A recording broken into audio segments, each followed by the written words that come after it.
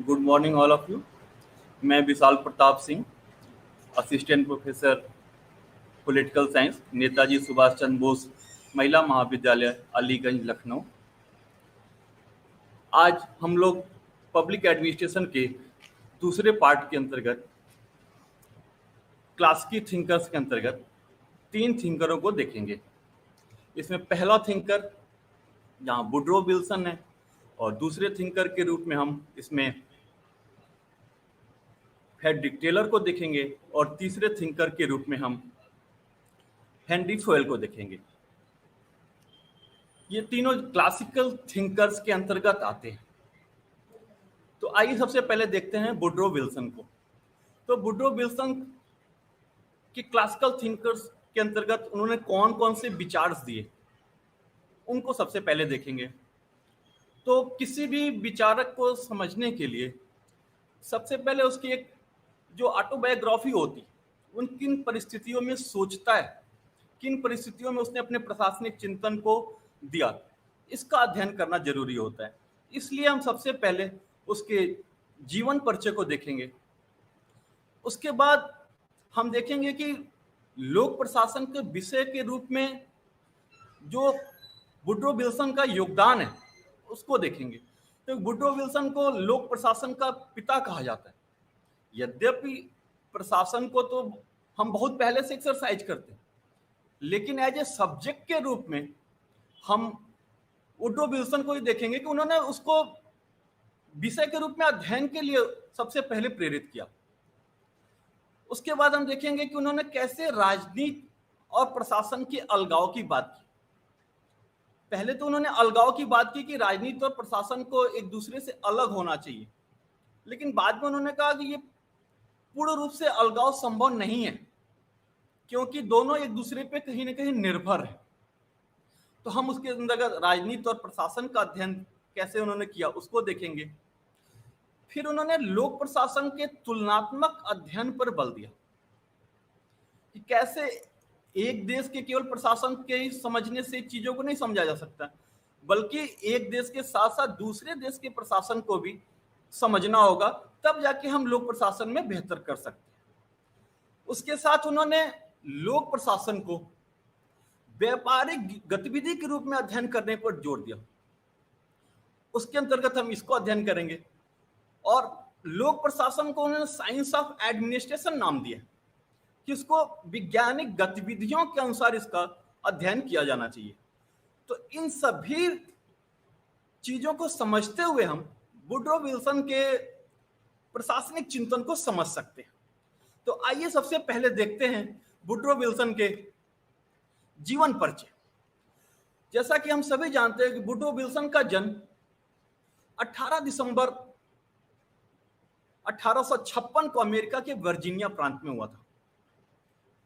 इन्होंने अपने अध्ययन के रूप में राजनीति, सरकार, इतिहास और कानून का अध्ययन किया और 1879 ईस्वी में प्रिंसटन यूनिवर्सिटी से ग्रेजुएशन करने के बाद इन्होंने 1886 ईस्वी में डॉक्टरेट की उपाधि हासिल की। इन्होंने 1886 से लेकर 1902 तक राजनीति विज्ञान के प्रोफेसर के रूप में पढ़ाया और 1910 ईस्वी में ये न्यू जर्सी राज्य के गवर्नर चुने गए और उसके उपरांत 1913 में ये अमेरिका के राष्ट्रपति चुने गए। तो वुड्रो विल्सन का जो व्यक्तित्व था वो बहुत ही बहुआयामी था। उन्होंने अध्ययन के विषय के रूप में अलग अलग विषयों को भी चुना और इसके साथ साथ उन्होंने अमेरिका की राजनीति में भी अपनी एक प्रभावी भूमिका निभाई। तो कोई भी जो विचारक होता है वो अपने अध्ययन के तरीकों, अपने किन परिस्थितियों को उसने भोगा, इस आधार पे ही अपने विचारों को डेवलप करता है। तो तत्कालीन समय में अगर हम देखें तो वुड्रो विल्सन को जो उस समय की अमेरिकी प्रशासनिक व्यवस्था थी उसने बहुत ही प्रभावित किया। तत्कालीन समय में अमेरिका में स्पॉयल सिस्टम नामक एक लूट प्रणाली के नाम से एक सिस्टम प्रचलित था, जिसके अंतर्गत जैसे भारत में अगर उदाहरण के रूप में देखें तो भारत में एक परमानेंट ब्यूरोक्रेटिक सिस्टम होता है। चाहे कोई भी सरकार आ जाए, वो ब्यूरोक्रेट के माध्यम से ही अपने शासकीय गतिविधियों को संचालित करते हैं।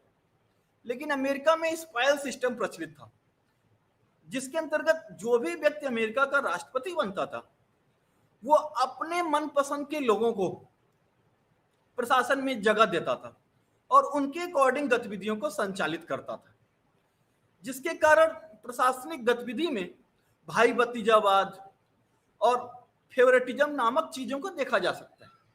और इसकी वजह से वहां पे लूट प्रणाली प्रचलित थी और एक तरह से पोस्ट प्रदान कर करके लूट व्यवस्था को संचालन किया जाता था। वुडरो विल्सन का मानना था कि जब तक ये स्पाइल सिस्टम को समाप्त नहीं किया जा सकता, तब तक अमेरिका अपने लोक प्रशासन की गतिविधि को ठीक प्रकार से संचालित नहीं कर सकता है। इसलिए ने स्पाइल सिस्टम से प्रभावित होकर उसको दूर करने का प्रयास किया कि कैसे उसको दूर किया जाए। इसके बाद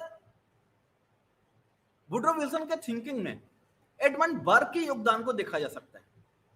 एडमंड बर्ग वुडरो विल्सन के समकालीन थे और वुडरो विल्सन के दर्शन को गढ़ने में एडमंड बर्ग का बहुत ही बड़ा योगदान था।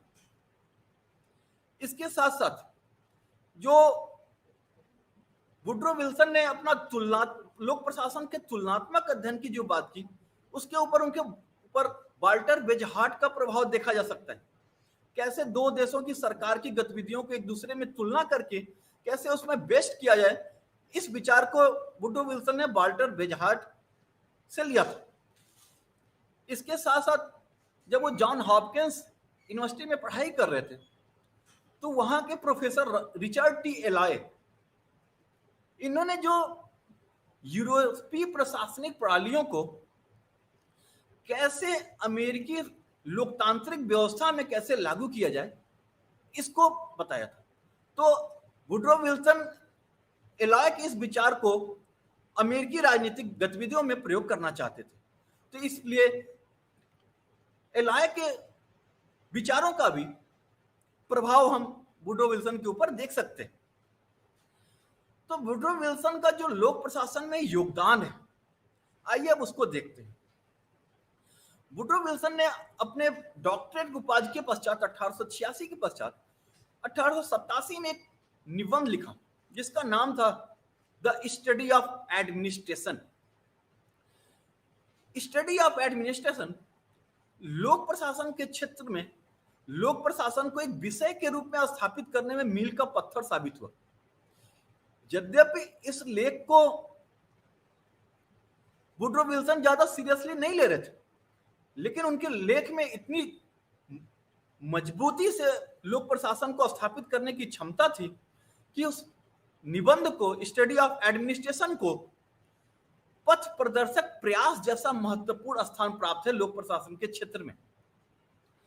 और सबसे बड़ी बात है, इन्होंने इस लेख को केवल लिखा ही नहीं, बल्कि प्रिंसटन और जॉन हॉपकिंस जैसे विश्वविद्यालयों में इसके ऊपर व्याख्यान भी दिया। यद्यपि 1887 ईस्वी में वुडरो विल्सन ने स्टडी ऑफ एडमिनिस्ट्रेशन लेख लिखा था, लेकिन उसके पहले वो इस लेख को बार बार लिख रहे थे। तो पहले उन्होंने इसका नाम दिया नोट्स ऑन एडमिनिस्ट्रेशन, फिर बाद में इसका नाम दिया द आर्ट ऑफ गवर्नमेंट, और जब तीसरे स्तर पर ये लेख लिखते लिखते उसमें सुधार करते करते हुए तब इन्होंने उसका नाम सुझाया द स्टडी ऑफ एडमिनिस्ट्रेशन। और ये हर स्तर पर जब लिखने का ये प्रयास कर रहे थे तो उसमें ये वैचारिक बदलाव आते जा रहे थे, और इस वैचारिक बदलाव के आने से जो एक अंतिम रूप से जो एक निबंध लिखकर आया, वो लोक प्रशासन के क्षेत्र में एक बहुत ही मील का पत्थर माने जाने लगा, क्योंकि इसके माध्यम से ही हम लोक प्रशासन को एक विषय के रूप में अध्ययन करना शुरू कर दिए। इसके पश्चात वुडरो विल्सन ने इसकी भी व्याख्या की कि लोक प्रशासन को एक विषय के रूप में इतनी देर से क्या उसकी स्टडी आरंभ की गई। उन्होंने reason for late emergence of public administration की भी बात की। उन्होंने ये बताया कि पहले राज्य की जो गतिविधियां होती थी उसमें ज्यादा डाइवर्सिटी नहीं थी, और ज्यादा डाइवर्सिटी नहीं होने के कारण प्रशासन की जो भूमिका थी वो बहुत ही सीमित थी। प्रशासन का मुख्य कार्य केवल टैक्स को कलेक्ट करना और लॉ एंड ऑर्डर को मेंटेन करना ही था बस, कि कैसे बस प्रशासन टैक्स को कलेक्ट करेगा और लॉ एंड ऑर्डर को मेंटेन करेगा। इसके लिए उन्होंने जो राज्यों की प्रकृति थी उसके बारे में बात की। उन्होंने 3 प्रकार के राज्यों की प्रकृति के बारे में बात की, जिसके कारण लोक प्रशासन एक विषय के रूप में ज्यादा लोगों को पसंद नहीं आ रहा था। उन्होंने माना कि जो पहले का दौर था वो राजा महाराजाओं का दौर था, और राजा महाराजा जो थे वो अपनी एक एब्सोल्यूट मोनार्की को एंजॉय कर रहे थे। उनको अपनी गतिविधि से ही फुर्सत नहीं थी कि वो जनता के बारे में ज्यादा सोच सके, और जब जनता के बारे में ज्यादा सोचना ही नहीं था तो इसके कारण क्या हुआ कि लोक प्रशासन को ज्यादा इन्वॉल्व नहीं होना पड़ा, और लोक प्रशासन एक विषय के रूप में ज्यादा इंटरेस्ट नहीं बना पाया। लेकिन वुडरो विल्सन का मानना था कि जैसे जैसे समय का परिवर्तन होता गया, 18वीं और 19वीं शताब्दी में जाकर थोड़ा सा और परिवर्तन हुआ, और तब डेमोक्रेसी, सिटीजन्स राइट्स और लिबर्टी की बात और एक आजादी की बात की जाने लगी, जिसे एक राज्य का दूसरे प्रकार का स्वरूप उभर कर सामने आया। और इन दूसरे प्रकार के स्वरूप के सामने आने के पश्चात उन्होंने बताया कि तब धीरे धीरे लोक प्रशासन एक लोकप्रिय विषय के रूप में पढ़ा जाने लगा था। शुरुआत उसकी होने लगी थी, लेकिन उसके पश्चात उनका मानना था कि जैसे जैसे लोकप्रिय सरकारें आई और उत्तरदायित्व की भावना आई सरकारों में, और जैसे जैसे लोक कल्याणकारी राज्य का कॉन्सेप्ट आया, उसके पश्चात हम पब्लिक एडमिनिस्ट्रेशन को, उसकी भूमिका को बढ़ते हुए देख सकते हैं। क्योंकि जैसे जैसे लोक कल्याणकारी राज्य का दौर आया, उसमें जो जनसंख्या थी, राज्यों की जनसंख्या थी, वो भी बढ़ती चली गई, और जब जनसंख्या भी बढ़ती चली गई, स्टेट का जो रोल हुआ उसमें भी डाइवर्सिटी आती चली गई। तो ऐसे समय में लोक प्रशासन को एक एक्टिव भूमिका निभानी पड़ी। उसके कार्यों में विविध प्रकार की जटिलताएं आने लगी, और उन जटिलताओं को कैसे दूर किया जाए, कैसे राजनीति और प्रशासन के कार्यों में भिन्नता लाई जाए, और बिना राजनीति से प्रभावित हुए प्रशासन अपने कार्यों को ठीक प्रकार से संचालित कर सके, ये चुनौती उत्पन्न नहीं। तो इसके लिए वुडरो विल्सन माना कि इसके लिए हमें सरकारों के प्रारूप में सुधार करना होगा, और सरकारों के प्रारूप में सुधार तभी हो सकता है जब हम प्रशासन में सुधार करेंगे, और जैसे जैसे हम प्रशासन में सुधार करेंगे हम लोक कल्याणकारी राज्य के जो उद्देश्य हैं उसको पूरा कर पाएंगे। तो इस प्रकार से ये ऐसी परिस्थितियां थी जिसके कारण लोक प्रशासन को एक विषय के रूप में उभरने में इतना समय लगा। जो वुडरो विल्सन का जो दूसरा कॉन्सेप्ट है वो राजनीति और प्रशासन दोनों को अलग अलग रूप में देखते हैं। उनका मानना था कि जो राजनीति में बहुत प्रकार की अनिश्चितता है, इसलिए वो दोनों के डाइकोटमी की बात करते हैं, दोनों के अलगाव की बात करते हैं, कि राजनीति को अपना काम दूसरे स्फीयर में करना चाहिए और प्रशासन को अपना कार्य दूसरे स्फीयर में करना चाहिए। और उनका मानना था कि जो प्रशासन हो उसको राजनीति के पचड़े में नहीं पड़ना चाहिए, क्योंकि राजनीतिक गतिविधियों को संचालन करने में विभिन्न दलों का योगदान होता है, जिनकी विचारधाराएं अलग हो सकती हैं, लेकिन प्रशासन को हमेशा एक जैसी परिस्थिति में ही काम करना चाहिए। इसलिए वुडरो विल्सन राजनीति और प्रशासन की अलगाव की बात करते हैं। उनका मानना था कि जो प्रशासन होता है वो एक तकनीकी गतिविधि होती है, और उसको संचालित करने के लिए टेक्निकल एडमिनिस्ट्रेशन की भी जरूरत होती है। इसी परिप्रेक्ष्य में उन्होंने बोलते हैं वो कि लोक प्रशासन होता क्या है। तो उन्होंने लोक प्रशासन का जो कार्य था, उन्होंने बोला कि जो लोक प्रशासन होता है वो पब्लिक पॉलिसी को डिटेल और सिस्टमेटिक एजुकेशन में उसका योगदान होता है। और इसी कारण से उन्होंने प्रशासन को राजनीति से अलग करने की बात की। उनका मानना था कि जो पॉलिसी मेकिंग होता है वो राजनीति के स्तर पे या संसद के स्तर पर होता है, और जो पॉलिसी एग्जीक्यूशन होता है वो प्रशासन के स्तर पर होता है। उनका मानना था कि अगर हम, जैसे अगर यूपी की विधानसभा ने एक कानून बना दिया कि जो भी व्यक्ति बाइक चलाएगा अगर वो हेलमेट नहीं लगाता है तो उसके ऊपर जुर्माना लगाया जाएगा। तो विधानसभा ने तो ये कानून बना दिया कि हेलमेट नहीं लगाने पे जुर्माना लगेगा, लेकिन इसको एग्जीक्यूट कराने की जिम्मेदारी प्रशासन के ऊपर होती है। इसको फॉलो कैसे कराए, एडमिनिस्ट्रेशन उसको हर समय जांचे, उसके लिए एडमिनिस्ट्रेशन को तकनीक की जरूरत पड़ती है। जैसे आप देखेंगे अभी वर्तमान में हर चौराहों पे कैमरा लगाने की बात की जा रही है, तकनीकी दक्षता की बात की जा रही है, जिसके माध्यम से जो रूल बना उसको अच्छे तरीके से इंप्लीमेंट किया जा सके, क्योंकि बिना इंप्लीमेंटेशन के कोई भी रूल अच्छे ढंग से नहीं लागू किया जा सकता है जब तक उसका ठीक प्रकार से संचालन न किया जाए। तो इसीलिए दोनों के कार्यों को डिफरेंशिएट करते हैं वुडरो विल्सन।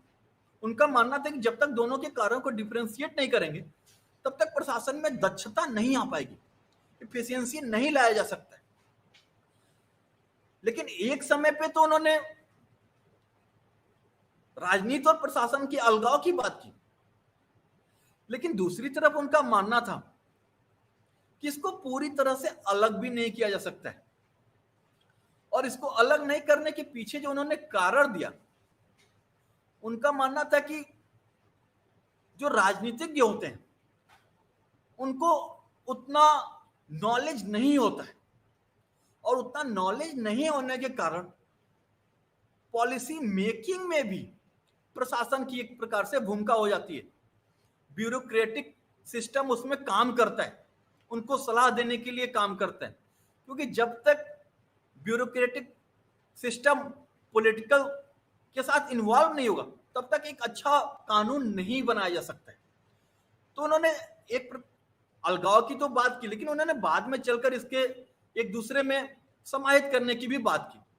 उनका मानना था कि जैसे वर्तमान में भारत में संसदात्मक शासन प्रणाली प्रचलित है, और संसदात्मक शासन प्रणाली में जो लोकसभा होती है या जो मंत्री परिषद होती है वो विधायिका के प्रति उत्तरदायी होती है, जनता के प्रति उत्तरदायी होती है, और जो प्रशासन होता है वो मंत्री के नियंत्रण में कार्य करता है। क्योंकि अगर मंत्री के नियंत्रण में कार्य नहीं करेगा और उसका वो एग्जीक्यूशन ठीक प्रकार से नहीं करेगा तो ऐसी परिस्थिति में मंत्री उत्तरदायी होता है जनता के प्रति। तो इसलिए दोनों को एक दूसरे के कार्यों में सहयोग करना पड़ता है। तो उन्होंने एक प्रकार से दोनों पॉलिटिकल और ब्यूरोक्रेटिक सिस्टम के अलगाव की तो बात की, लेकिन उन्होंने बाद में अपने विचार में संशोधन करते हुए ये कहा कि नो डाउट प्रशासन को अपने कार्यों को करने में राजनीति को उतना इन्वॉल्वमेंट नहीं करना चाहिए, लेकिन तब भी दोनों में एक बैलेंस बना रहना चाहिए और बैलेंस बना के दोनों को कार्य करना चाहिए। तो ये उनका एक प्रकार से जो राजनीति और प्रशासन के अलगाव की बात है उस पर इन्होंने बृहद रूप से चर्चा की। उनका जो तीसरा कॉन्सेप्ट था वो था लोक प्रशासन का तुलनात्मक अध्ययन। उन्होंने कहा कि हम जब तब तक प्रशासन को सही प्रकार से संचालित नहीं कर पाएंगे जब तक जिस देश की प्रशासनिक व्यवस्था में हमें कुछ अच्छाई दिखे। हमें एक देश का ही केवल प्रशासन का अध्ययन नहीं करना चाहिए, बल्कि उसके साथ साथ दूसरे देशों के प्रशासन का भी हमें तुलनात्मक अध्ययन करना चाहिए, क्योंकि तुलनात्मक अध्ययन करने से प्रशासन में दक्षता आ सकेगी। उनका मानना था कि अगर केवल अमेरिका के लोक प्रशासन का अध्ययन नहीं करना चाहिए बल्कि ब्रिटेन के लोक प्रशासन का भी अध्ययन करना चाहिए, क्योंकि उनका मानना था कि जो ब्रिटेन में संचालित व्यवस्था थी वहां पे राजा महाराजाओं का शासन था, और उन राजा महाराजाओं के शासन सही प्रकार से संचालित हो इसके लिए प्रशासन बहुत ही मजबूत था वहां पे और अपनी एक्टिविटी को बहुत ही शानदार तरीके से प्रचालित कर रहा था। तो वुडरो विल्सन का मानना था कि अमेरिकी लोक प्रशासन को ब्रिटेन के लोक प्रशासन से भी कुछ सीखना चाहिए। उनका मानना था कि किसी भी देश को एक संविधान जो बनाना होता है, वो बनाना तो एक आसान होता है, लेकिन उसको रन कराना बहुत कठिन होता है। और उन्होंने अमेरिका और ब्रिटेन के प्रशासन को तुलनात्मक अध्ययन करते हुए बताया भी कि चूंकि अमेरिका एक लोकतांत्रिक देश था, वहां पे जब भी प्रशासन में कोई कमी नजर आती थी, लोगों को उनकी जरूरत की चीजें नहीं मिलती थी, तो वहां पे संविधान में संशोधन करने की बात होती थी कि संविधान में अमेंडमेंट करके हम उसको सही कर सकते। लेकिन ब्रिटेन में अगर प्रशासनिक व्यवस्था अगर ठीक प्रकार से संचालित नहीं होती थी, तो या लोगों को किसी प्रकार की समस्या होती थी, तो वहां पे प्रशासन को मजबूत करने की बात होती थी, न कि संविधान को संशोधन करने की बात होती थी। इसलिए उन्होंने बोला कि जिस देश की प्रशासनिक व्यवस्था अच्छी हो उसका अध्ययन करना चाहिए, क्योंकि उसके अध्ययन करने से हम अच्छे प्रकार से जो प्रशासन के अच्छे सिद्धांत हैं उसको हम अपनी व्यवस्था में लागू कर पाएंगे। तो इस प्रकार से उन्होंने कैसे चीजों को, प्रशासन को तुलनात्मक अध्ययन करके और अपनी व्यवस्था को सही प्रकार से संचालित किया जा सकता है, इसकी बात की। इसके साथ साथ उन्होंने लोक प्रशासन को एक साइंटिफिक तरीका देने की बात की कि लोक प्रशासन का अध्ययन हमेशा साइंटिफिक तरीके से किया जाना चाहिए, वैज्ञानिक गतिविधि के रूप में इसका संचालित किया जाना चाहिए। क्योंकि जो वैज्ञानिक गतिविधि होती है वो एम्पिरिकल मेथड पर आधारित होती है, उसमें जब तक प्रमाण इकट्ठे नहीं कर लिए जाते तब तक किसी भी गतिविधि को संचालित नहीं किया जाता। उनका मानना था कि जो वैज्ञानिक अनुभव है उस अनुभवों का प्रयोग हमें प्रशासन में भी करना चाहिए, तब जाके हम प्रशासन को ज्यादा सिस्टमेटिक बना पाएंगे। जैसे मैंने अभी उदाहरण दिया कि बाइक चलाने वालों के हेलमेट की जांच करने के लिए तकनीक लाएगी, वो तकनीक कहां से आया? उनका मानना था कि जो तकनीक आया इसमें भी कहीं ना कहीं उनके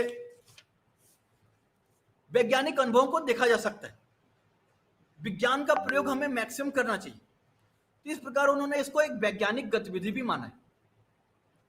इसके साथ साथ वुड्रो विल्सन का मानना था कि प्रशासन को एक प्रकार से व्यापारिक गतिविधि के रूप में संचालित किया जाना चाहिए, क्योंकि जब व्यापारिक गतिविधि, जब कोई भी इकोनॉमी संचालित करता है तो ऐसी परिस्थिति में वो उसमें राजनीति का इन्वॉल्वमेंट नहीं होने देना था। उसको उसमें लाभ दिखता है कि कौन से कार्य करने से उसको लाभ की अनुभूति होगी। इसी प्रकार वुड्रो विल्सन का मानना था कि प्रशासन को भी एक प्रकार से व्यापारिक गतिविधि के रूप में अपने कार्यों को संचालित करना चाहिए, क्योंकि जब वो व्यापारिक गतिविधि के रूप में अपने कार्यों का संचालन करेगा तो वो हमेशा ये देखेगा कि किस प्रशासनिक गतिविधि को संचालित करने से हमें क्या लाभ होगा, क्योंकि जब तक उसको लाभ का अंदाजा नहीं होगा तब तक वो अपनी प्रशासनिक गतिविधि को ठीक प्रकार से संचालित नहीं कर पाएगा। इसी कारण से वुड्रो विल्सन प्रशासन को एक प्रकार से व्यापारिक गतिविधि के रूप में संचालित करने की बात करते हैं। तो इतने ये जो सिद्धांत हैं वुड्रो विल्सन के, वुड्रो विल्सन ने इन सिद्धांतों के माध्यम से अपने प्रशासनिक चिंतन को विकसित किया था और इसको अमेरिकी प्रशासन में लागू करने का प्रयास किया गया था। इसके साथ साथ वुड्रो विल्सन को लोक प्रशासन का पिता बोला जाता है, उनको founder member of public education subject बोला जाता है। तो उन्होंने बोला कि आखिर में ऐसी कौन सी विचार वुड्रो विल्सन ने दे दिया जिसके कारण उनको लोक प्रशासन का पिता बोला जाता है। यद्यपि उन्होंने किसी थ्योरी का तो उन्होंने प्रतिपादन किया नहीं, तो ऐसी कौन सी परिस्थिति थी जिसके कारण उनको इस विषय का जनक बोला जाता। कई आलोचक उनको बोलते हैं कि हम अगर कौटिल्य का प्रशासन देखें तो कौटिल्य के प्रशासन में भी हम विभिन्न प्रकार की प्रशासनिक गतिविधियों को देख सकते हैं। उनका जो फाइनेंशियल एडमिनिस्ट्रेशन था, उन्होंने फाइनेंशियल एडमिनिस्ट्रेशन के माध्यम से टैक्स कैसे लागू करें, कैसे उसको इंप्लीमेंट करें, कैसे सभी लोगों को व्यवस्था में सम्मिलित करें, इन सभी चीजों की उन्होंने बात की थी, एक प्रकार से सिद्धांत दिया था। इसी प्रकार अरस्तु, प्लेटो, इन सभी ने राजनीति के साथ साथ प्रशासन के संबंध में अपने विचार दिए थे। लेकिन ऐसी इनको लोक प्रशासन का जनक ना बोलते हुए 1887 में पब्लिश स्टडी ऑफ एडमिनिस्ट्रेशन लेख के आधार पर वुड्रो विल्सन को लोक प्रशासन का जनक क्यों बोलना पड़ा है, इसकी सब लोग आलोचना करते थे। लेकिन बाद में चलकर कुछ इनके समर्थक भी आए, क्योंकि वुड्रो विल्सन का ही जो स्टडी ऑफ एडमिनिस्ट्रेशन निबंध था, इसके बाद से ही अन्य थिंकरों में भी पब्लिक एडमिनिस्ट्रेशन को लेकर जागरूकता उत्पन्न हुई। उनको भी लगा कि हाँ, प्रशासन का अध्ययन भी करना चाहिए, क्योंकि अभी तक हम क्या था कि केवल राज्य का अध्ययन करते थे कि राज्य किस प्रकार से गतिविधियों को संचालित करेगा, संविधान का निर्माण कैसे होगा, कौन सा संविधान अच्छा होता है, कौन सा संविधान बुरा होता है। हम केवल इसके अध्ययन में लगे हुए थे। राज्य का स्वरूप कैसा होना चाहिए, संप्रभुता का प्रतिपादन कर रहे थे। लेकिन कोई भी जो विचारक था वो प्रशासन के अध्ययन पर बल नहीं दे रहा था। तो वुड्रो विल्सन के लेख के पश्चात अन्य थिंकरों की भी रुचि प्रशासन के क्षेत्र में आई। उसके बाद फ्रेडरिक टेलर आए, उर्विक आए, फ्योल आए, और विभिन्न चिंतकों ने लोक प्रशासन के क्षेत्र में अपनी भूमिका का विस्तार किया और लोक प्रशासन के अध्ययन को फिर अपने अध्ययन का विषय बनाया, जिसके माध्यम से हम आज लोक प्रशासन को अध्ययन करते हैं। जबकि वुड्रो विल्सन के पहले ऐसी कोई गतिविधि नहीं होती थी। हम पब्लिक एडमिनिस्ट्रेशन को भी एक प्रकार से पॉलिटिकल साइंस का ही पार्ट मानते थे। लेकिन वुड्रो विल्सन ऐसे पहले चिंतक थे जिनके चिंतन के देने के पश्चात हमने लोक प्रशासन को एक विषय के रूप में अध्ययन करने की सिलसिला शुरू हुआ। यही कारण था कि हम वुड्रो विल्सन को राजनीति विज्ञान का पिता कहते हैं। तो हमने आज वुड्रो विल्सन ने कौन कौन से विचार दिए, जैसे उन्होंने राजनीति और लोक प्रशासन के अलगाव की बात की, उसको देखा। उसके पश्चात उन्होंने राजनीति लोक प्रशासन का जो इमरजेंस है उतना क्यों लेट हुआ, उसको देखा। फिर उन्होंने राजनीति को एक विज्ञान के रूप में संचालित गतिविधि बोला था, उसको देखा। इसके साथ साथ उन्होंने राजनीति या लोक प्रशासन को व्यापारिक गतिविधि के रूप में संचालित किया जाना चाहिए, इसको देखा। और फिर उन्होंने लोक प्रशासन का पिता क्यों बोला जाता है, इसको देखा। और उनका जो स्टडी ऑफ एडमिनिस्ट्रेशन था, जो लेख था, उसने कैसे अमेरिकी शासन व्यवस्था में एक महत्वपूर्ण भूमिका निभाई, उसको देखा। और स्पॉयल सिस्टम जो वहां पे अमेरिका में एक लूट प्रणाली थी, उसको कैसे उन्होंने उसको समझा और उसको दूर करने का प्रयास किया प्रशासन के माध्यम से। इतना चीजों को हमें एक समरी के रूप में हमने वुड्रो विल्सन के अंतर्गत देखा। तो वुड्रो विल्सन को हम अभी इतना पे समाप्त करते हैं। जो अगले थिंकर हैं इस टॉपिक में, जो यूनिट 4 है, उसमें हमें फ्रेडरिक टेलर को देखना है। फ्रेडरिक टेलर ने अपने लोक प्रशासन के सिद्धांत में वैज्ञानिक प्रबंध का सिद्धांत दिया। यह उनका सबसे महत्वपूर्ण योगदान माना जाता है। यह एक बहुत सौभाग्य है कि जहां फ्रेडरिक टेलर का भी जन्म 1856 में ही हुआ था और वुड्रो विल्सन का भी जन्म 1856 में ही हुआ था। फ्रेडरिक टेलर पेशे से चीफ इंजीनियर थे।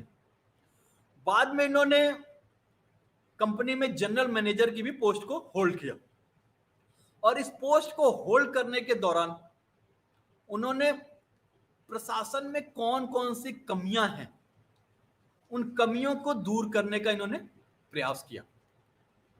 और इन कमियों को दूर करने के दौर में उन्होंने वैज्ञानिक प्रबंध का सिद्धांत दिया, जो कि टेलर का लोक प्रशासन के क्षेत्र में बहुत ही महत्वपूर्ण योगदान माना जाता है। टेलर ने इसके साथ साथ the principle of scientific management पुस्तक लिखी थी 1911 में। और इस पुस्तक को लिखने के पश्चात उन्होंने प्रशासन में वैज्ञानिक अनुभवों को ज्यादा प्रयोग करने की बात की। उन्होंने पीस रेट सिस्टम की बात की, सॉफ्ट मैनेजमेंट की बात की, the art of cutting tools की बात की। इन सभी साइंटिफिक मेथड को अपनाते हुए उन्होंने अपना वैज्ञानिक प्रबंध का सिद्धांत दिया।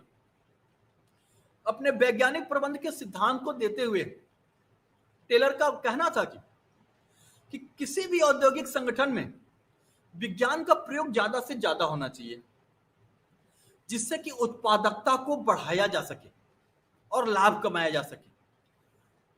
जब ज्यादा लाभ प्राप्त होगा तो उससे मालिक और मजदूर दोनों को लाभ होगा। और इसके लिए उन्होंने वैज्ञानिक पद्धति अपनाने की बात की। टेलर का मानना था कि तत्कालीन समय में हम औद्योगिक गतिविधियों को संचालन में रूल ऑफ थम्स का प्रयोग करते थे। जो रूल ऑफ थम्स का नियम होता है वो किसी भी औद्योगिक व्यवस्था में एक अनुमान आधारित व्यवस्था होती है। जैसे हम उदाहरण के रूप में अगर बताएं, अगर किसी भी व्यक्ति को लौकी का हलवा बनाना है, किसी कंपनी की अगर लौकी का हलवा बनाना है, तो लौकी के हलवा बनाने में एक रूल ऑफ थम्स का जो नियम होगा उसमें वो कह देगा कि लौकी को कद्दूकस करके कढ़ाई में कभी भी चढ़ा दिया और उसमें कभी भी उसमें घी डाल दिया, कितनी देर तक पकाना है उसका ध्यान नहीं दिया, उसके बाद दूध डाल दिया उसमें और उसको पकने दिया। उसमें कब ड्राई फ्रूट डालना है, कब दूध डालना है, कितनी देर तक उसको पकाना है, इसका प्रयोग हमने नहीं किया। तो टेलर का मानना था कि इस रूल ऑफ थम्स को औद्योगिक गतिविधियों के संचालन में इसको दूर करना होगा और साइंटिफिक मेथड को अपनाना होगा रूल ऑफ थंब की जगह। उसमें यह देखना होगा कि कितने समय तक हमें, अगर एक उदाहरण के रूप में इस लौकी का हलवे के ही देखें तो कितने समय तक हमें उसको कुक करना चाहिए, कितने समय तक उसको पकाना चाहिए, भूनना चाहिए, कितने समय के बाद उसमें दूध डालना चाहिए, उसको पकाने के बाद कितने समय बाद ड्राई फ्रूट्स डालना चाहिए। तो एक प्रकार से साइंटिफिक मेथड को अपनाना चाहिए कि रूल एंड रेगुलेशन आधारित होना चाहिए। जब हम किसी भी व्यवस्था को रूल एंड रेगुलेशन के आधार पर संचालित करेंगे तो वो ज्यादा एफिशिएंट होगा रूल ऑफ थंब की तुलना में। कहते हैं जो रूल ऑफ थंब होता है वो ट्रायल एंड एरर बेसिस पे काम करता है, वो वैज्ञानिक आधार पे काम नहीं करता है। और चूंकि ट्रायल एंड एरर बेसिस पे वो काम करता है तो उसमें गलती होने की संभावना बहुत ही ज्यादा बनी होती है, उसमें वैज्ञानिक आधार का प्रयोग नहीं किया जाता है। लेकिन टेलर का मानना था कि अपने वैज्ञानिक प्रबंध के सिद्धांत का प्रयोग करते समय टेलर उसमें किसी भी गतिविधि को संचालित करने के लिए उसमें लॉजिक का प्रयोग किया जाना चाहिए, स्पेशलाइजेशन का प्रयोग किया जाना चाहिए, टेक्निकल कॉम्पिटेंस की बात की जानी चाहिए। इन सभी गतिविधियों का जब हम प्रयोग करेंगे तो औद्योगिक उत्पादन अपने आप बढ़ जाएगा। और इसके लिए टेलर ने पूरा साइंटिफिक मेथड से किसी भी औद्योगिक गतिविधि को संचालित करने की बात की और उन्होंने इसके 3 स्तर बताए। उन्होंने किसी भी औद्योगिक गतिविधि में अगर किसी प्रकार की समस्या आ रही तो सबसे पहले करना चाहिए कि आइडेंटिफिकेशन ऑफ प्रॉब्लम्स की खोज करनी चाहिए कि समस्या कहां पे है, कौन सी चीजें समस्या पैदा कर रही हैं औद्योगिक गतिविधियों के उत्पादन में। उसके पश्चात उन्होंने अपना प्रिंसिपल्स ऑफ साइंटिफिक मैनेजमेंट दिया कि उन समस्याओं के समाधान के लिए कैसे साइंटिफिक मैनेजमेंट किया जाएगा। उसके बाद उन्होंने एलिमेंट ऑफ साइंटिफिक मैनेजमेंट भी दिया कि कौन कौन से तत्व होंगे जो साइंटिफिक मैनेजमेंट के पार्ट होंगे, या प्रबंधक को कौन कौन सी गतिविधि अपनानी चाहिए ताकि औद्योगिक उत्पादन को और बढ़ाया जा सके। तो जो समस्या की पहचान थी उनकी, टेलर की आइडेंटिफिकेशन ऑफ प्रॉब्लम्स थी, उसको उन्होंने 2 स्तरों पे बांटा है। कहता है कि जो प्रॉब्लम्स आती है वो कहीं ना कहीं लेजी मैनेजर्स के कारण आती है। जो कंपनी का मैनेजर होता है वो लेजी होता है। और इसके साथ उन्होंने दूसरी जो समस्या बोली वो सोल्डरिंग की समस्या बोली। सोल्डरिंग का तात्पर्य होता है कि अपनी क्षमता से कम काम करना, जिस व्यक्ति में जितनी एफिशिएंसी है उतना काम नहीं करना। तो आइए पहला देखते हैं लेजी मैनेजर।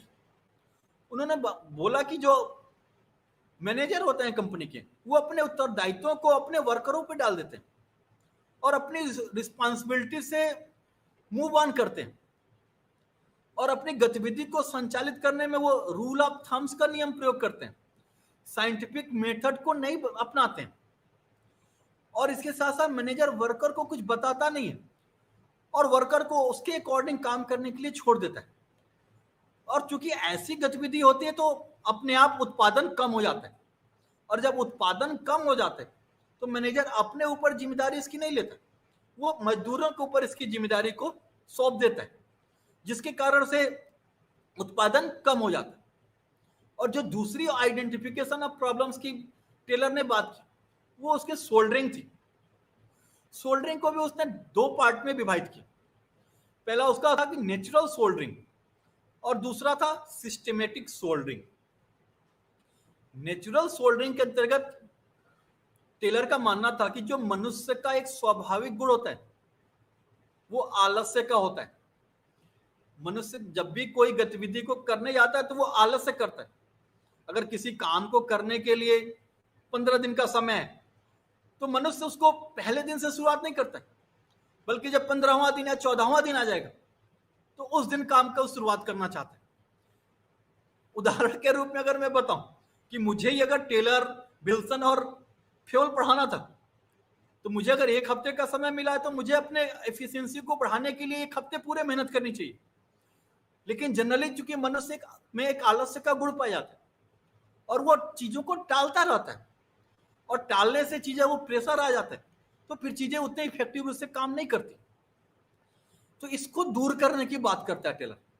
कहते हैं इसके लिए क्या करना चाहिए, तो उसके लिए बोलता है कि इसके लिए मोटिवेशन और थ्रेट दोनों का प्रयोग किया जाना चाहिए। जैसे उदाहरण के लिए अगर हम देखें तो कि घर में जो काम करने वाले लोग होते हैं उनको अगर हम ये उम्मीद दें कि आप अगर अपने काम को अच्छे प्रकार से संचालित करेंगे तो हम आपको दिवाली पे या किसी भी त्योहार पे कुछ आपको उपहार देंगे, तो वो उनको एक मोटिवेशन के रूप में काम करता है। और जब वो मोटिवेशन के रूप में कार्य करता है तो वो अपनी गतिविधि को अच्छे प्रकार से संचालित करता है। तो कहता है कि एक प्रकार से मोटिवेशन की भी व्यवस्था की जानी चाहिए और दूसरी तरफ थ्रेट की भी बात करता है। कहता है कि उसको थ्रेट भी करना चाहिए। मोटिवेशन तो एक लेवल पे काम करता है, उसको थ्रेट भी देना चाहिए कि अगर आपको लगे कि एक बहुत बार आपके प्रयास करने के बाद में उसकी गतिविधियों में कोई सुधार नहीं हो रहा है तो उसको एक थ्रेट भी देना चाहिए कि आपकी जब हम लास्ट में मंथ में सैलरी देंगे तो उसको उसमें से कुछ कट कर लेंगे। तो ये थ्रेट करने के कारण भी उसमें काम की एफिशिएंसी ज्यादा हो सकती। तो अपने नेचुरल सोल्डरिंग के मेथड के अंतर्गत टेलर इन दो उपायों की बात करता है कि इस नेचुरल सोल्डरिंग की कमियों को इन दो उपायों से दूर किया जा सकता है। जो दूसरा प्रॉब्लम सी सोल्डरिंग के अंतर्गत उसमें टेलर सिस्टमेटिक सोल्डरिंग की बात करता है। इस सिस्टमेटिक सोल्डरिंग के अंतर्गत टेलर बोलता था, टेलर का मानना था कि इसमें कोई भी जो मनुष्य अपनी गतिविधि को संचालित करता है वो डिलिबरेटली जानबूझकर अपने ड्यूरेशन को, काम के ड्यूरेशन को बढ़ा देता है।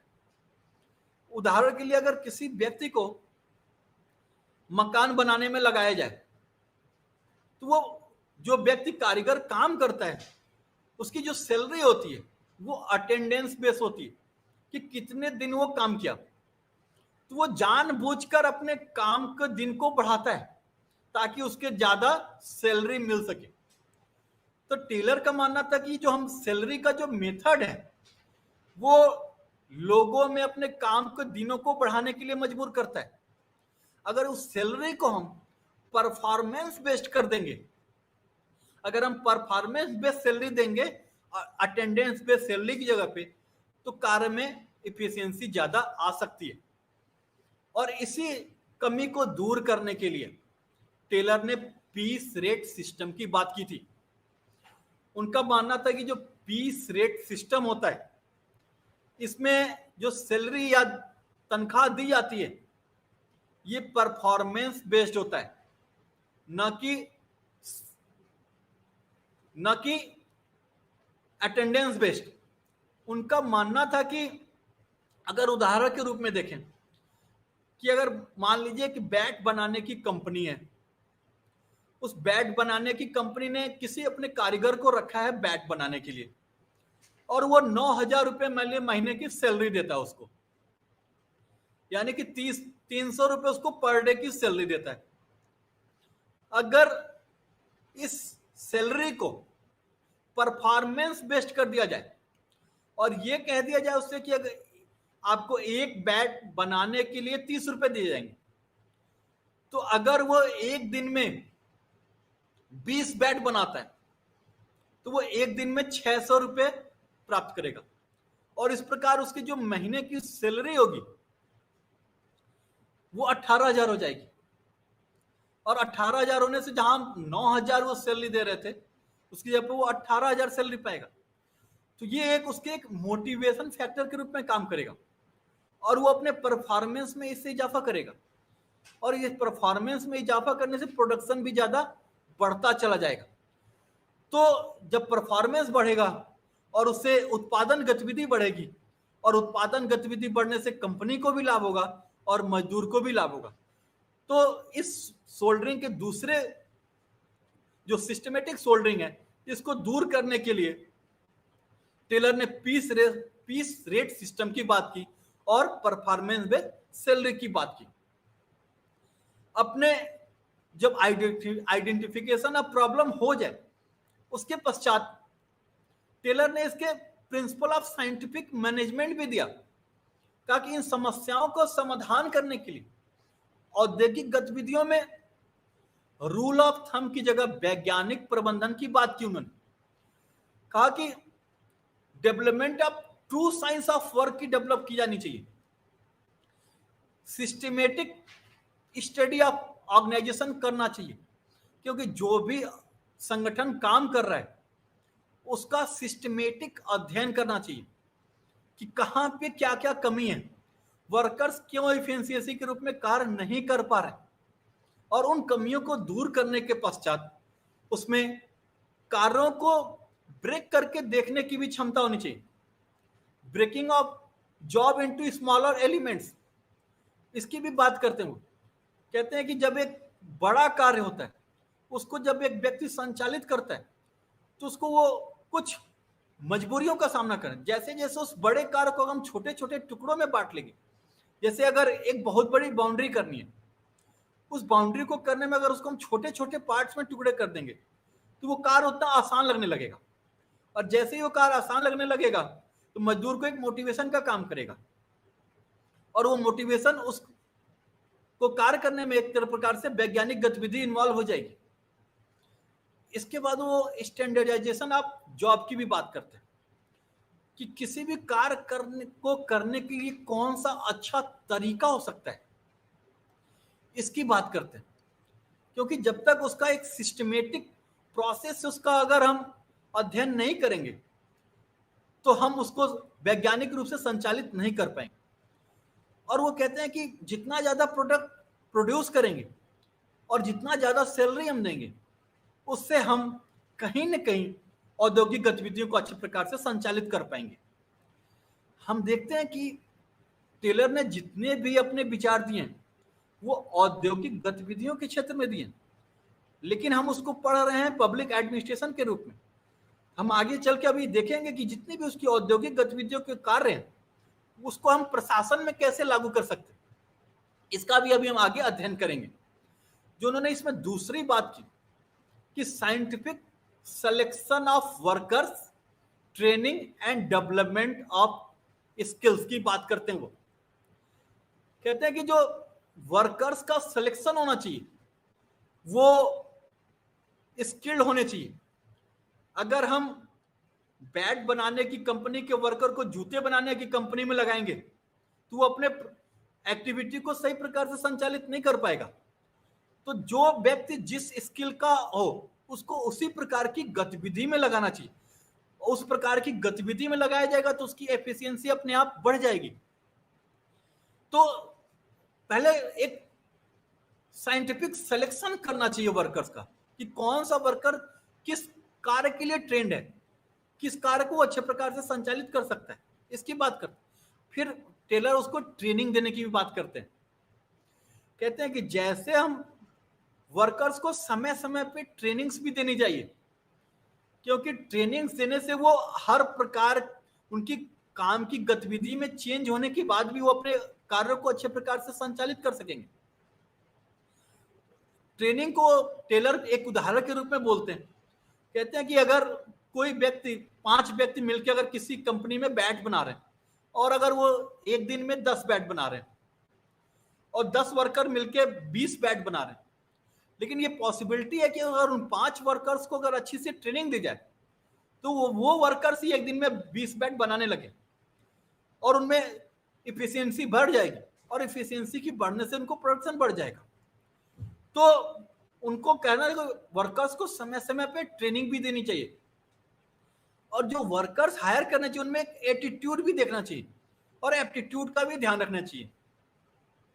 और इसके साथ साथ उन्होंने वर्करों के मनोवैज्ञानिक ट्रेनिंग की भी बात की, क्योंकि अगर वर्कर्स को मनोवैज्ञानिक ट्रेनिंग दी जाएगी, साइकोलॉजिकल ट्रेनिंग दी जाएगी, तो उससे उनके जो काम करने की जो गतिविधि में अगर किसी प्रकार की परिवर्तन आएगा तो वो अपने ट्रेनिंग के माध्यम से उसको अडॉप्ट कर सकेंगे, जल्दी से सीख सकेंगे। क्योंकि अगर प्रॉपर ट्रेनिंग नहीं होगी उनकी तो ठीक प्रकार से अपनी गतिविधि को संचालित नहीं कर पाएंगे।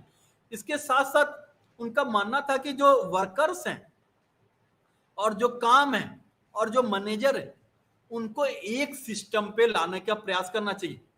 उनको एक टेलर, एक वैज्ञानिक कहते हैं कि ब्रिंगिंग वर्कर्स, वर्क और मैनेजर को लाने से, एक साथ लाने से, ये एक प्रकार से वैज्ञानिक प्रबंधक की आत्मा है। क्योंकि अगर किसी मजदूर को अगर अचानक किसी परिवर्तन के लिए बोला जाएगा तो उसको अडैप्ट नहीं कर पाएगा, इसके लिए उसको मोटिवेट करना पड़ेगा।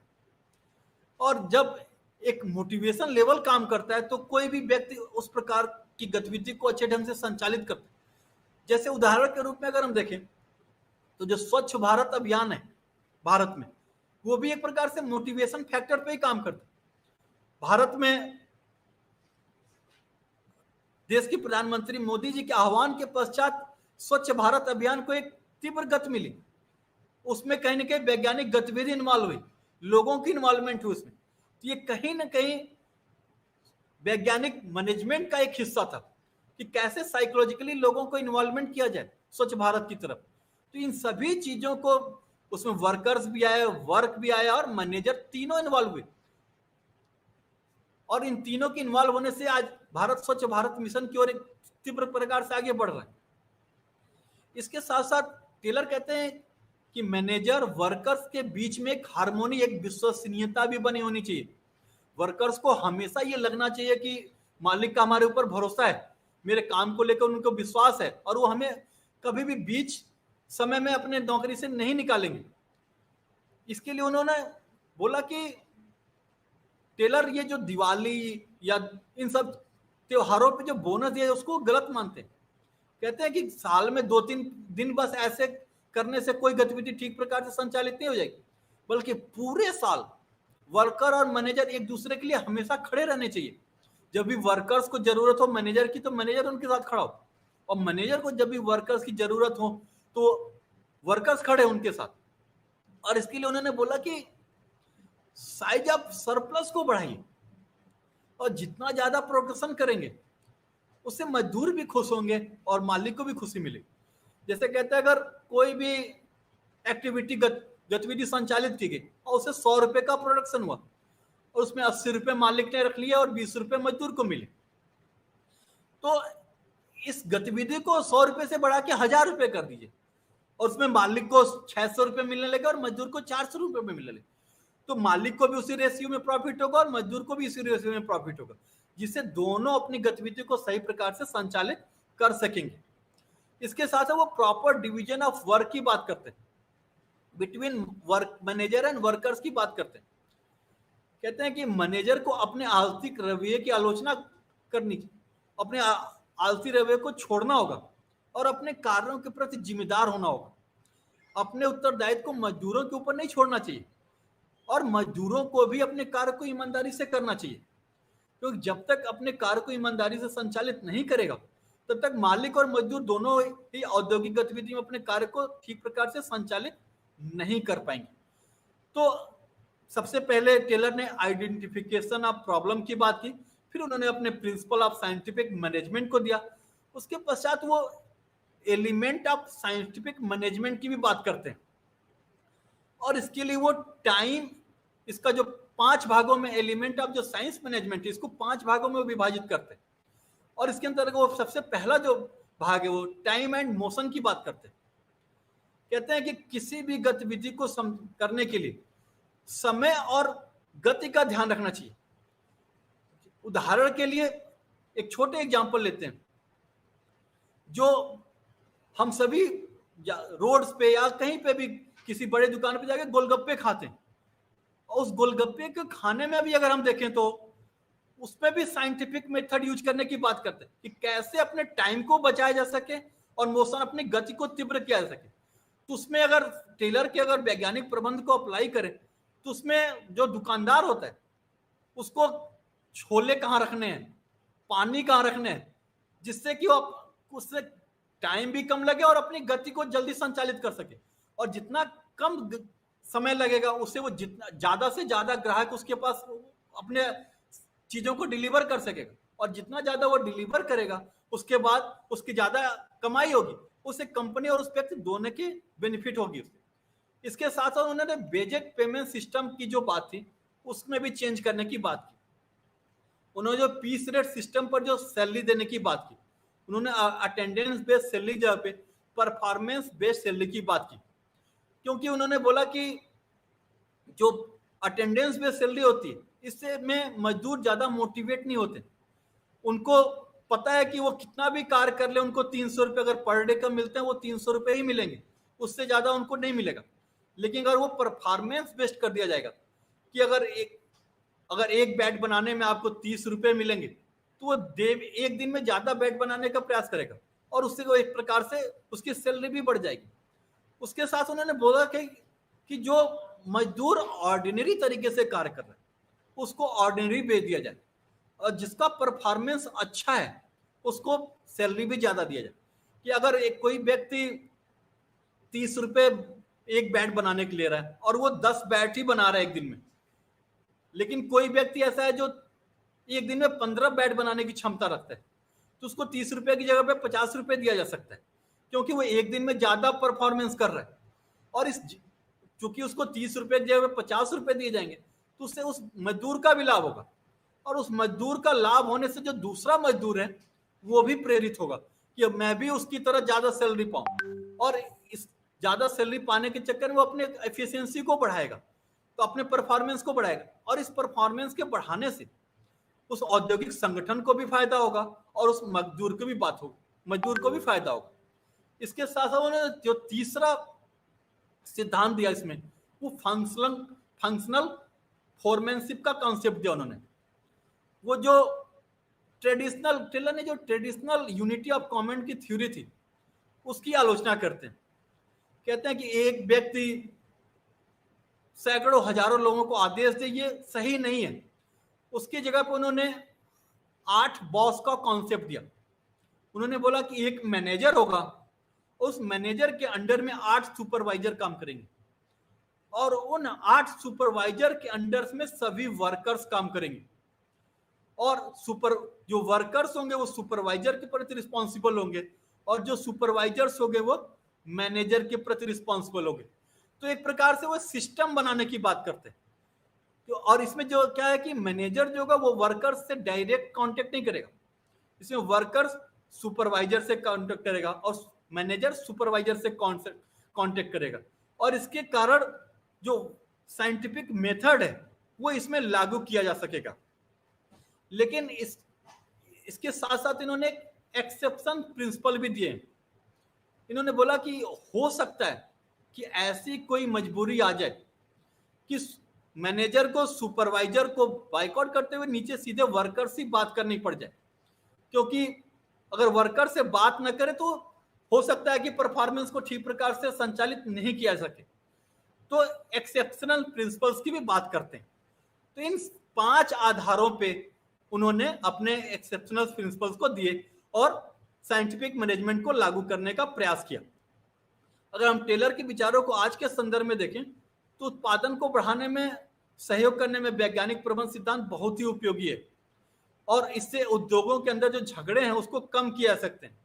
और इसके साथ साथ वर्तमान में जो वेलफेयर का कॉन्सेप्ट है इसके अंतर्गत मजदूरों के भी अच्छे जीवन की बात की जा सकती है और अच्छी सैलरी मिलने से क्या होगा, उससे अच्छे से काम करेगा और उससे संसाधनों की भी बर्बादी कम होगी। तो जब कोई भी व्यक्ति अच्छे प्रकार से अपनी गतिविधि को संचालित करता है तो उससे कम संसाधनों की हानि होती है। और इसके साथ उन्होंने वर्क स्टडी की बात की कि टाइम एंड मोशन इसके आधार पर सभी गतिविधि की संचालित की जानी चाहिए। लेकिन इसके साथ साथ टेलर की हम आलोचना भी देखते हैं। उन्होंने जो पूरा संगठन का सिद्धांत दिया वो पूरा मैकेनिकल एस्पेक्ट पे आधारित था। वो केवल इंजीनियरिंग के आधार पर आधारित है, उसमें मनुष्य के जो मनोवैज्ञानिक पहलू होता है उसको उन्होंने इग्नोर कर दिया। इसके साथ साथ उन्होंने मैनेजर के पावर को भी कम कर दिया। One best way of work की बात करते हैं, केवल यही अच्छा है। कोई भी जो गतिविधि हो सकता है वो अच्छा, लेकिन दूसरी भी गतिविधि अच्छी हो सकती। लेकिन जो टेलर ने अपने साइंटिफिक मैनेजमेंट की बात की उसमें वो बोलते हैं कि यही मेथड केवल अच्छा है, इसी मेथड से ही अपनी गतिविधि को संचालित किया जा सकता है। तो इस प्रकार से उन्होंने अपने जो कॉन्सेप्ट है उस प्रकार से रोबोटिक समझ पे आधारित कर दिया कि केवल और केवल रोबोट के आधार पे ही उन्होंने मनुष्य को रोबोट मान लिया।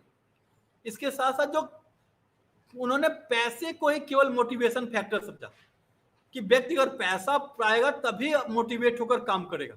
उन्हें इसके साथ साथ उन्होंने ट्रेड यूनियनों को भी बर्बाद कर दिया। तो जो ट्रेड यूनियन होते थे उनमें सभी गतिविधियों को एक प्रकार से मूल्यांकन किया जाता था, मजदूर और मालिक के बीच में क्या संबंध हो इसकी बात की जाती थी। तो इन सभी गतिविधियों को उसमें समाप्त कर दिया, जिसके कारण टेलर की आलोचना की जाती। तो आज के क्लास में हम बस वुड्रो विल्सन और टेलर का अध्ययन कर पाए। आगे क्लास में हम एंड्रयू फेल को देखेंगे और साथ में यूनिट 5, यूनिट 6 और यूनिट 7 का अध्ययन करेंगे। Thank you.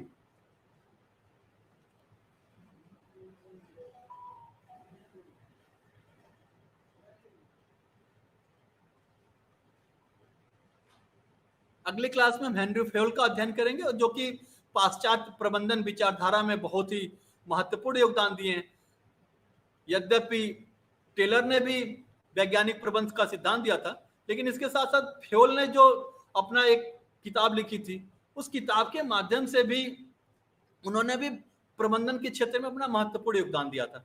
तो आगे की क्लास में हम हेनरी फेल को डिटेल में पढ़ेंगे, उनका पूरा जीवन परिचय देखेंगे, उन्होंने प्रबंध के संबंध में कौन कौन से सिद्धांत देखेंगे, उन्होंने कौन सी गतिविधि, उन्होंने प्रबंधन और प्रशासन में क्या अंतर किया या नहीं किया उसको देखेंगे, और उन्होंने कैसे एक जो कंपनी थी जो दिवालियापन हो चुकी थी, लेकिन उस दिवालियापन की स्थिति से निकालकर उस कंपनी को एक मजबूत वित्तीय हैसियत वाली कंपनी बनाई, उसका भी अध्ययन करेंगे।